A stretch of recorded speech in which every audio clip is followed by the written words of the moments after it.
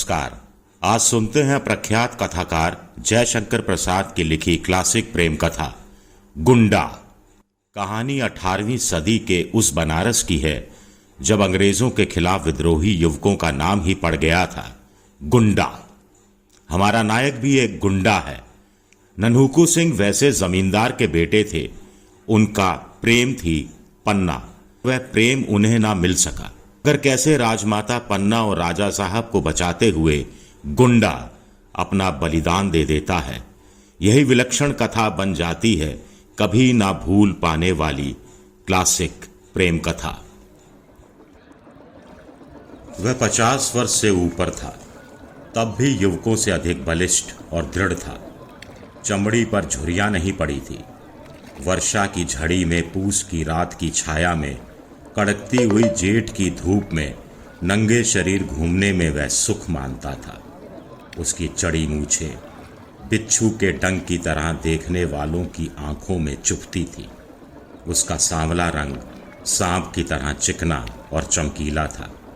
उसकी नागपुरी धोती का लाल रेशमी किनारा दूर से ही ध्यान आकर्षित करता। कमर में बनारसी सेले का फेंटा जिसमें सीप की मूठ का बिछुआ घुसा रहता था। उसके घुंघराले बालों पर सुनहरे पल्ले के साफे का छोर उसकी चौड़ी पीठ पर फैला रहता। ऊंचे कंधे पर टिका हुआ चौड़ी धार का गंडासा, ये भी उसकी धज। पंजों के बल जब वह चलता तो उसकी नसें चटाचट बोलती थी। वह गुंडा था। ईसा की 18वीं शताब्दी के अंतिम भाग में वही काशी नहीं रह गई थी जिसमें उपनिषद के अजातशत्रु की परिषद में ब्रह्म विद्या सीखने के लिए विद्वान ब्रह्मचारी आते थे। गौतम बुद्ध और शंकराचार्य के धर्म दर्शन के वाद विवाद कई शताब्दियों से लगातार मंदिरों और मठों के ध्वंस और तपस्वियों के वध के कारण प्रायः बंद से हो गए थे। यहाँ तक कि पवित्रता और छुआछूत में कट्टर वैष्णव धर्म भी उस विशृंखलता में अपनी असफलता देखकर काशी में अघोर रूप धारण कर रहा था। उसी समय समस्त न्याय और बुद्धिवाद को शस्त्र बल के सामने झुकते देखकर काशी के विच्छिन्न और निराश नागरिक जीवन ने एक नवीन संप्रदाय की सृष्टि की। वीरता जिसका धर्म था, अपनी बात पर मिटना, सिंह वृत्ति से जीविका ग्रहण करना, प्राण भिक्षा मांगने वाले कायरों तथा चोट खाकर गिरे हुए प्रतिद्वंदी पर शस्त्र न उठाना, सताए निर्बलों को सहायता देना और प्रत्येक क्षण प्राणों को हथेली पर लिए घूमना उसका बाना था। उन्हें लोग काशी में गुंडा कहते थे। जीवन की किसी अलभ्य अभिलाषा से वंचित होकर जैसे प्रायः लोग विरक्त हो जाते हैं, ठीक उसी तरह किसी मानसिक चोट से घायल होकर एक प्रतिष्ठित जमींदार का पुत्र होने पर भी नन्हुकू सिंह गुंडा हो गया था। दोनों हाथों से उसने अपनी संपत्ति लुटाई। नन्हुकू सिंह ने बहुत सा रुपया खर्च करके जैसा स्वांग खेला था, उसे काशी वाले बहुत दिनों तक नहीं भूल सके। वसंत ऋतु में ये प्रहसनपूर्ण अभिनय खेलने के लिए उन दिनों प्रचुर धन, बल और निर्भीकता की आवश्यकता होती थी। एक बार नन्हुकू सिंह ने भी एक पैर में नुपुर, एक हाथ में तोड़ा, एक आंख में काजल, एक कान में हजारों के मोती और दूसरे कान में फटे हुए जूते का तल्ला लटकाकर एक जड़ाऊ मूठ की तलवार दूसरा हाथ आभूषणों से लदी हुई अभिनय करने वाली प्रेमिका के कंधे पर रखकर गाया था, कहीं बैंगन वाली मिले तो बुला लेना। प्राय बनारस के बाहर की हरियालियों में, अच्छे पानी वाले कुओं पर, गंगा की धार में मचलती हुई डोंगी पर वह दिखलाई पड़ता था। कभी कभी जुए खाने से निकलकर जब वह चौक में आ जाता तो काशी की रंगीली वेश्याएं मुस्कुराकर उसका स्वागत करती और उसके दृढ़ शरीर को सस्प्रह देखती। वह तमूली की एक दुकान पर बैठकर उनके गीत सुनता, ऊपर कभी नहीं जाता था। जुए की जीत का रुपया मुट्ठियों में भर भर कर उनकी खिड़की में वह इस तरह उछालता कि कभी कभी समाजी लोग अपना सिर सहलाने लगते। तब वह ठठाकर हंस देता। जब कभी लोग कोठे के ऊपर चलने के लिए कहते तो वह उदासी की सांस खींचकर चुप हो जाता। वह अभी वंशी के जुआ खाने से निकला था। आज उसकी कौड़ी ने साथ ना दिया। 16 परियों के नृत्य में उसका मन न लगा। मन्नू तमोली की दुकान पर बैठते हुए उसने कहा, आज शायद अच्छी नहीं रही मन्नू। क्यों मालिक, चिंता किस बात की है? हम लोग किस दिन के लिए है? सब आप ही का तो है। अरे बुद्धू ही रहे तुम। ननकू सिंह जिस दिन किसी से लेकर जुआ खेलने लगे उस दिन समझना वह मर गए। तुम जानते नहीं कि मैं जुआ खेलने कब जाता हूं? जब मेरे पास एक पैसा नहीं रहता। उसी दिन नाल पर पहुंचते ही जिधर बड़ी ढेरी रहती है उसी को बदता हूं, और फिर वही दांव आता भी है। बाबा कीनाराम का ये वरदान है। तब आज क्यों मालिक? पहला दाव तो आया ही, फिर 2-4 हाथ बदने पर सब निकल गया। तब भी लो ये 5 रुपए बच गए हैं। 1 रुपया तो पान के लिए रख लो और 4 दे दो मलूकी कथक को। कह दो दुलारी से गाने के लिए कह दे। हाँ, वही एक गीत, विल्मी विदेश रहे। ननकू सिंह की बात सुनते ही मलूकी, जो अभी गांजे की चिलम पर रखने के लिए अंगारा चूर कर रहा था, घबरा कर उठ खड़ा हुआ। वह सीढ़ियों पर दौड़ता हुआ चढ़ गया। चिलम को देखते ही ऊपर चढ़ा, इसीलिए उसे चोट भी लगी। पर ननकू सिंह की भुकुटी देखने की शक्ति उसमें कहाँ। उसे ननकू सिंह की वह मूर्ति ना भूली थी जब इसी पान की दुकान पर जुए खाने से जीता हुआ रुपये से भरा तोड़ा लिए वह बैठा था। दूर से बोधी सिंह की बारात का बाजा बजता हुआ आ रहा था। ननकू ने पूछा, ये किसकी बारात है? ठाकुर बोधी सिंह के लड़के की। मन्नू के इतना कहते ही ननकू के होठ फड़कने लगे। उसने कहा, मन्नू, ये नहीं हो सकता। आज इधर से बारात ना जाएगी। बोधी सिंह हमसे निपट कर तब बारात इधर से ले जा सकेंगे। मन्नू ने कहा, तब मालिक मैं क्या करूं? ननकू गंडासा कंधे पर से और ऊंचा करके मलूकी से बोला, मलूकिया देखता है, अभी जा ठाकुर से कह दे कि बाबा ननकू सिंह आज यहीं लगाने के लिए खड़े हैं। समझ कर आवें, लड़के की बारात है। मलूकिया कामता हुआ ठाकुर बोधी सिंह के पास गया। बोधी सिंह और ननकू में 5 वर्ष से सामना नहीं हुआ है। किसी दिन नाल पर कुछ बातों में ही कुछ कहा सुनुई होकर बीच बचाव हो गया था, फिर सामना नहीं हो सका। आज ननकू जान पर खेल कर अकेला खड़ा है। बोधी सिंह भी उस आन को समझते थे। उन्होंने मलूकी से कहा, जाबे कह दे हमको क्या मालूम कि बाबू साहेब यहां खड़े हैं। जब वह हैं ही तो 2 समधी जाने का क्या काम है। बोधी सिंह लौट गए और मलूकी के कंधे पर तोड़ा लाद कर बाजे के आगे ननकू सिंह बारात लेकर गए। ब्याह में जो कुछ लगा खर्च किया। ब्याह कराकर तब दूसरे दिन इसी दुकान तक आकर रुक गए। लड़के को और उसकी बारात को उसके घर भेज दिया। मलूकी को भी 10 रुपया मिला था उस दिन। फिर ननकू सिंह की बात सुनकर बैठे रहना और यम को न्योता देना एक ही बात थी। उसने जाकर दुलारी से कहा, हम ठेका लगा रहे हैं, तुम गाओ। तब तक बल्लू सारंगी वाला पानी पी कर आता है। बाप रे, कोई आफत आई है क्या बाबू साहेब? सलाम कहकर दुलारी ने खिड़की से मुस्कुराकर झांका ही था कि ननकू सिंह उसके सलाम का जवाब देकर दूसरे एक आने वाले को देखने लगे। हाथ में हरोती की पतली सी छड़ी, आंखों में सुरमा, मुंह में पान, मेहंदी लगी हुई लाल दाढ़ी जिसकी सफेद जड़ दिखलाई पड़ रही थी, कुव्वेदार टोपी, छकलिया अंगरखा और साथ में लैसदार परत वाले 2 सिपाही। कोई मौलवी साहब हैं। ननकू हंस पड़ा। ननकू की ओर बिना देखे ही मौलवी ने एक सिपाही से कहा, जाओ दुलारी से कह दो कि आज रेजिडेंट साहब की कोठी पर मुजरा करना होगा, अभी चले। देखो तब तक हम जान अली से कुछ इत्र ले रहे हैं। सिपाही ऊपर चढ़ रहा था और मौलवी दूसरी ओर चले ही थे कि ननकू ने ललकार कर कहा, दुलारी, हम कब तक यहां बैठे रहें? क्या अभी सरंगिया नहीं आया? दुलारी ने कहा, वाह बाबू साहब, आप ही के लिए तो मैं यहां आकर बैठी हूं। सुनिए ना, आप तो कभी ऊपर। मौलवी जल उठा। उसने कड़क कर कहा, चौबदार, अभी वह सुअर की बच्ची उतरी नहीं।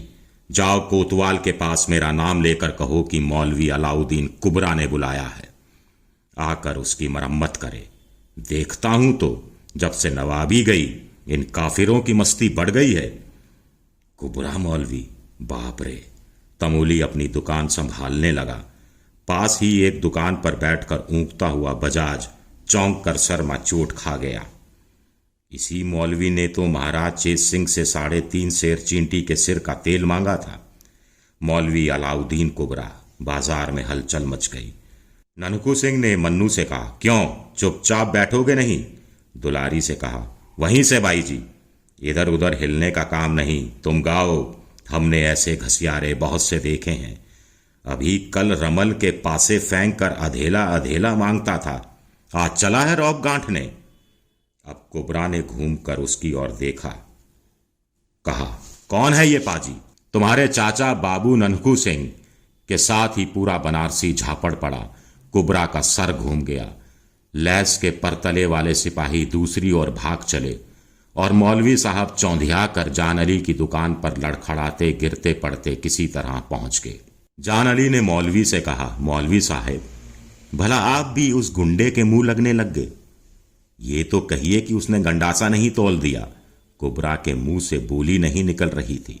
उधर दुलारी गा रही थी, विल्मी विदेश रहे। गाना पूरा हुआ, कोई आया गया नहीं। तब ननकू सिंह धीरे धीरे टहलता हुआ दूसरी ओर चला गया। थोड़ी देर में एक डोली रेशमी पर्दे से ढकी हुई आई। साथ में एक चौबदार था। उसने दुलारी को राजमाता पन्ना की आज्ञा सुनाई। दुलारी चुपचाप डोली पर जा बैठी। डोली धूल और संध्याकाल के धुएं से भरी हुई बनारस की तंग गलियों से होकर शिवालय घाट की ओर चली। श्रावण का अंतिम सोमवार था। राजमाता पन्ना शिवालय में बैठकर पूजन कर रही थी। दुलारी बाहर बैठी कुछ अन्य गाने वालियों के साथ भजन गा रही थी। आरती हो जाने पर फूलों की अंजलि बिखेर कर पन्ना ने भक्ति भाव से देवता के चरणों में प्रणाम किया। फिर प्रसाद लेकर बाहर आते ही उन्होंने दुलारी को देखा। उसने खड़ी होकर हाथ जोड़ते हुए कहा, मैं पहले ही पहुंच जाती, क्या करूं? वह कुबरा मौलवी निगोड़ा आकर रेजिडेंट की कोठी पर ले जाने लगा। घंटों इसी झंझट में बीत गया सरकार। कुबरा मौलवी? जहां सुनती हूं उसी का नाम। सुना है कि उसने यहां भी आकर कुछ। फिर ना जाने क्या सोचकर बात बदलते हुए पन्ना ने कहा, हां, तब फिर क्या हुआ? तुम कैसे यहां आ सकी? बाबू ननकू सिंह उधर से आ गए। मैंने कहा, सरकार की पूजा पर मुझे भजन गाने को जाना है और ये जाने नहीं दे रहा है। उन्होंने मौलवी को ऐसा झापड़ लगाया कि उसकी हेकड़ी भूल गई और तब जाकर मुझे किसी तरह यहां आने की छुट्टी मिली। कौन बाबू ननकू सिंह? दुलारी ने सर नीचा करके कहा, अरे क्या सरकार को नहीं मालूम? बाबू निरंजन सिंह के लड़के। उस दिन जब मैं बहुत छोटी थी, आपकी बारी में झूला झूल रही थी। जब नवाब का हाथी बिगड़ कर आ गया था, बाबू निरंजन सिंह के कुंवर ने ही तो उस दिन हम लोगों की रक्षा की थी। राजमाता का मुख उस प्राचीन घटना को स्मरण करके ना जाने क्यों विवर्ण हो गया। फिर अपने को संभाल कर उन्होंने पूछा, तो बाबू ननकू सिंह उधर कैसे आ गए? दुलारी ने मुस्कुराकर सर नीचा कर लिया। दुलारी राजमाता पन्ना के पिता की जमींदारी में रहने वाली वेश्या की लड़की थी। उसके साथ ही कितनी बार झूले हिंडोले अपने बचपन में पन्ना झूल चुकी थी। वह बचपन से ही गाने में सुरीली थी। सुंदरी होने पर चंचल भी थी। पन्ना जब काशीराज की माता थी, तब दुलारी काशी की प्रसिद्ध गाने वाली थी। राजमहल में उसका गाना बजाना हुआ ही करता। महाराज बलवंत सिंह के समय से ही संगीत पन्ना के जीवन का आवश्यक अंश था। हाँ, अब प्रेम दुख और दर्द भरी विरह कल्पना के गीत की ओर अधिक रुचि ना थी। अब सात्विक भावपूर्ण भजन होता था। राजमाता पन्ना का वैधव्य से दीप्त शांत मुखमंडल कुछ मलिन हो गया। बड़ी रानी की ज्वाला बलवंत सिंह के मर जाने पर भी नहीं बुझी। अंतपुर कलह का रंगमंच बना रहता। इसी से प्राय पन्ना काशी के राजमंदिर में आकर पूजा पाठ में अपना मन लगाती। रामनगर में उसको चैन नहीं मिलता। नई रानी होने के कारण बलवंत सिंह की प्रेयसी होने का गौरव तो था ही उसे, साथ ही पुत्र उत्पन्न करने का सौभाग्य भी मिला। फिर भी असवर्णता का सामाजिक दोष उसके हृदय को व्यथित किया करता। उसे अपने ब्याह की आरंभिक चर्चा का स्मरण हो आया। छोटे से मंच पर बैठी गंगा की उमड़ती हुई धारा को पन्ना देखने लगी, उस बात को जो अतीत में एक बार हाथ में अनजाने में खिसक जाने वाली वस्तु की तरह गुप्त हो गई हो। सोचने का कोई कारण नहीं, उससे कुछ बनता बिगड़ता भी नहीं, परंतु मानव स्वभाव हिसाब रखने की प्रथा अनुसार कभी कभी वह कह बैठता है कि यदि वह बात हो गई होती तो। ठीक उसी तरह पन्ना भी राजा बलवंत सिंह द्वारा बलपूर्वक रानी बनाए जाने से पहले की एक संभावना को सोचने लगी थी, सो भी बाबू ननखू सिंह का नाम सुन लेने पर। गेंदा मुंह लगी दासी थी। वह पन्ना के साथ उस दिन से है जिस दिन से पन्ना बलवंत सिंह की प्रेयसी हुई। राज्य भर का अनुसंधान उसी के द्वारा मिला करता, और फिर उसे ना जाने कितनी जानकारी भी थी। उसने दुलारी का रंग उखाड़ने के लिए कुछ कहना आवश्यक समझा। महारानी, ननकू सिंह अपनी सब जमींदारी, स्वांग, भैंसों की लड़ाई, घुड़दौड़ और गाने बजाने में उड़ाकर अब डाकू हो गया है। जितने खून होते हैं सब में उसी का हाथ रहता है। जितनी, उसे रोक कर दुलारी ने कहा, यह झूठ है बाबू साहब के ऐसा धर्मात्मा तो कोई है ही नहीं। कितनी विधवाएं उनकी दी हुई धोती से अपना तन ढकती हैं, कितनी लड़कियों की ब्याह शादी होती है, कितने सताए हुए लोगों की उनके द्वारा रक्षा होती है। रानी पन्ना के हृदय में एक तरलता उद्वेलित हुई। उन्होंने हंसकर कहा, दुलारी, वह तेरे यहां आते हैं ना, इसी से तो तू उनकी बढ़ाई। नहीं सरकार, शपथ खाकर कह सकती हूं कि बाबू ननकू सिंह ने आज तक कभी मेरे कोठे पर पैर भी नहीं रखा। राजमाता ना जाने क्यों इस अद्भुत व्यक्ति को समझने के लिए चंचल हो उठी थी। तब भी उन्होंने दुलारी को आगे कुछ ना कहने के लिए तीखी दृष्टि से देखा। वह चुप हो गई। पहले पहर की शहनाई बजने लगी। दुलारी छुट्टी मांगकर डोली पर बैठ गई। तब गेंदा ने कहा, सरकार, आजकल नगर की दशा बड़ी बुरी है। दिन दहाड़े लोग लूट लिए जाते हैं। सैकड़ों जगह नाला पर जुए में लोग अपना सर्वस्व गंवाते हैं। बच्चे फुसलाए जाते हैं। गलियों में लाठियां और छुरा चलने के लिए टेढ़ी बोहें कारण बन जाती हैं। उधर रेजिडेंट साहब से महाराज की अनबन चल रही है। राजमाता चुप रही। दूसरे दिन राजा चेत सिंह के पास रेजिडेंट मार्कहेम की चिट्ठी आई, जिसमें नगर की दुर्व्यवस्था की कड़ी आलोचना थी। डाकुओं और गुंडों को पकड़ने के लिए उन पर कड़ा नियंत्रण रखने की सम्मति भी थी। कुबरा मौलवी वाली घटना का भी उल्लेख था। उधर हेस्टिंग के आने की भी सूचना थी। शिवालय घाट और रामनगर में हलचल मच गई। कोतवाल हिम्मत सिंह पागल की तरह जिसके हाथ में लाठी, लोहांगी, गंडासा, बिछुआ और करोली देखते उसी को पकड़ने लगे।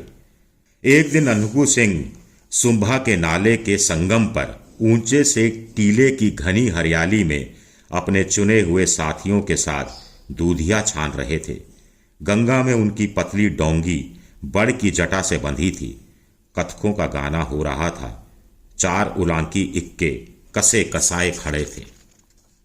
ननकू सिंह ने अकस्मात कहा, मलूकी, गाना जमता नहीं है।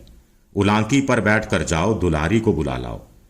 मलूकी वहां मजीरा बजा रहा था। दौड़कर इक्के पर जा बैठा। आज ननकू सिंह का मन उखड़ा था। बूटी कई बार छानने पर भी नशा नहीं। 1 घंटे में दुलारी सामने आ गई। उसने मुस्कुराकर कहा, क्या हुक्म है बाबू साहेब?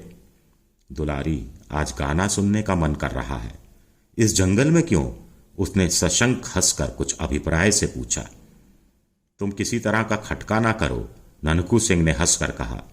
ये तो मैं उस दिन महारानी से भी कह आई हूं। क्या? किससे? राजमाता पन्ना देवी से। फिर उस दिन गाना नहीं जमा। दुलारी ने आश्चर्य से देखा कि तानों में ननकू की आंखें तर हो जाती हैं। गाना बजाना समाप्त हो गया था। वर्षा की रात में झिल्लियों का स्वर उस झुरमुट में गूंज रहा था। मंदिर के समीप ही छोटे से कमरे में ननकू सिंह चिंता में निमग्न बैठा था। आंखों में नींद नहीं। और सब लोग तो सोने लगे थे। दुलारी जाग रही थी। वह भी कुछ सोच रही थी। आज उसे अपने को रोकने के लिए कठिन प्रयत्न करना पड़ रहा था, किंतु असफल होकर वह उठी और ननकू के समीप धीरे धीरे चली आई। कुछ आहट पाते ही चौंक कर ननकू सिंह ने पास ही पड़ी हुई तलवार उठा ली। तब तक हंसकर दुलारी ने कहा, बाबू साहेब, ये क्या? स्त्रियों पर भी तलवार चलाई जाती है? छोटे से दीपक के प्रकाश में वासना भरी रमणी का मुख देखकर ननकू हंस पड़ा। उसने कहा, क्यों भाई जी, क्या इसी समय जाने की पड़ी है? मौलवी ने फिर बुलाया है क्या? दुलारी ननकू के पास बैठ गई। ननकू ने कहा, क्या तुमको डर लग रहा है? नहीं, मैं कुछ पूछने आई हूं। क्या? क्या? यही कि कभी तुम्हारे हृदय में। उसे ना पूछ दुलारी, हृदय को बेकार ही समझ कर तो उसे हाथ में लिए फिर रहा हूं। कोई कुछ कर देता, कुचलता, चीरता, उछालता, मर जाने के लिए सब कुछ तो करता हूं, पर मरने नहीं पाता। मरने के लिए भी कहीं खोजने जाना पड़ता है। आपको काशी का हाल क्या मालूम? न जाने घड़ी भर में क्या हो जाए, उलट पुलट होने वाला है क्या। बनारस की गलियां जैसे काटने को दौड़ती हैं। कोई नई बात उधर हुई है क्या? कोई हेस्टिंग आया है, सुना है उसने शिवालय घाट पर तिलंगों की कंपनी का पहरा बिठा दिया है। राजा चेत सिंह और राजमाता पन्ना वहीं हैं। कोई कहता है कि उनको पकड़कर कलकत्ता भेजने। क्या? पन्ना भी? रनिवास भी वहीं है? ननकू अधीर हो उठा था। क्यों बाबू साहेब, आज रानी पन्ना का नाम सुनकर आपकी आंखों में आंसू क्यों आ गए? सहसा नन्हू का मुख भयानक हो उठा। उसने कहा, चुप रहो, तुम उसको जानकर क्या करोगी?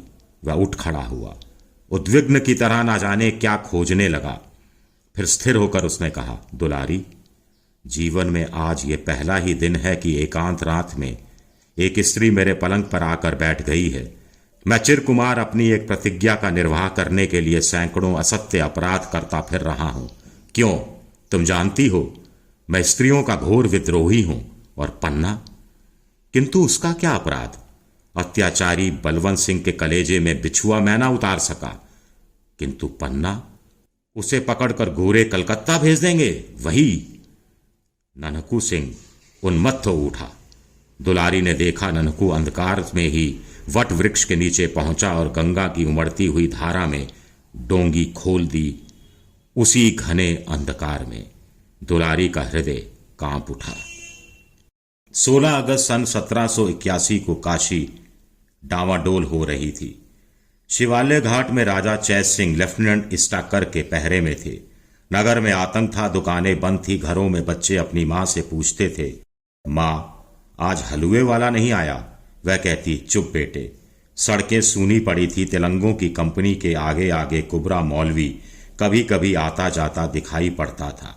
उस समय खुली हुई खिड़कियां बंद हो जाती। भय और सन्नाटे का राज्य था। चौक में चिथरू सिंह की हवेली अपने भीतर काशी की वीरता को बंद किए कोतवाल का अभिनय कर रही थी।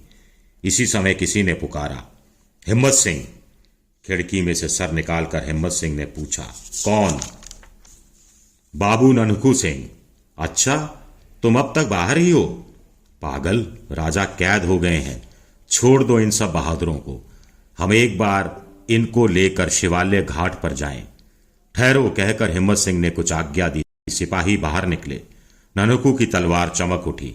सिपाही भीतर भागे।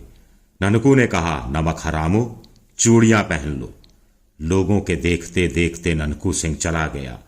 कोतवाली के सामने फिर सन्नाटा हो गया। ननकू उन्मत्त था। उसके थोड़े से साथी उसकी आज्ञा पर जान देने के लिए तुले थे। वह नहीं जानता था कि राजा चेत सिंह का क्या राजनीतिक अपराध है। उसने कुछ सोचकर अपने थोड़े से साथियों को फाटक पर गड़बड़ मचाने के लिए भेज दिया। इधर अपनी डोंगी लेकर शिवालय की खिड़की के नीचे धारा काटता हुआ पहुंचा। किसी तरह निकले हुए पत्थर में रस्सी अटकाकर उस चंचल डोंगी को उसने स्थिर किया और बंदर की तरह उछलकर खिड़की के भीतर हो रहा। उस समय वहां राजमाता पन्ना और राजा चेत सिंह से बाबू मनिहार सिंह कह रहे थे, आपके यहां रहने से हम लोग क्या करें, ये समझ में नहीं आता। पूजा पाठ समाप्त करके आप रामनगर चली गई होती तो ये। तेजस्विनी पन्ना ने कहा, अब मैं रामनगर कैसे चली जाऊं? मनिहार सिंह दुखी होकर बोले, कैसे बताऊं, मेरे सिपाही तो बंदी हैं। इतने में फाटक पर कोलाहल मचा। राज परिवार अपनी मंत्रणा में डूबा था कि ननकू सिंह का आना उन्हें मालूम हुआ। सामने का द्वार बंद था। ननकू सिंह ने एक बार गंगा की धारा को देखा। उसमें एक नाव घाट पर लगने के लिए लहरों से लड़ रही थी। वह प्रसन्न हो उठा। इसी की प्रतीक्षा में वह रुका था। उसने जैसे सबको सचेत करते हुए कहा, महारानी कहाँ है? सबने घूम कर देखा, एक अपरिचित वीर मूर्ति, शस्त्रों से लदा हुआ पूरा देव। चेत सिंह ने पूछा, तुम कौन हो? राजपरिवार का एक बिना दाम का सेवक। पन्ना के मुंह से हल्की सी एक सांस निकलकर रह गई। उसने पहचान लिया, इतने वर्षों के बाद वही ननकू सिंह। मनिहार सिंह ने पूछा, तुम क्या कर सकते हो? मर सकता हूं। पहले महारानी को डोंगी पर बिठाइए, नीचे दूसरी डोंगी पर अच्छे मल्लाह हैं, फिर बात कीजिए। मनिहार सिंह ने देखा जनानी ड्योढ़ी का दरोगा राज की एक डोंगी पर 4 मल्लाहों के साथ खिड़की से नाव सटाकर प्रतीक्षा में है। उन्होंने पन्ना से कहा, चलिए मैं साथ चलता हूं।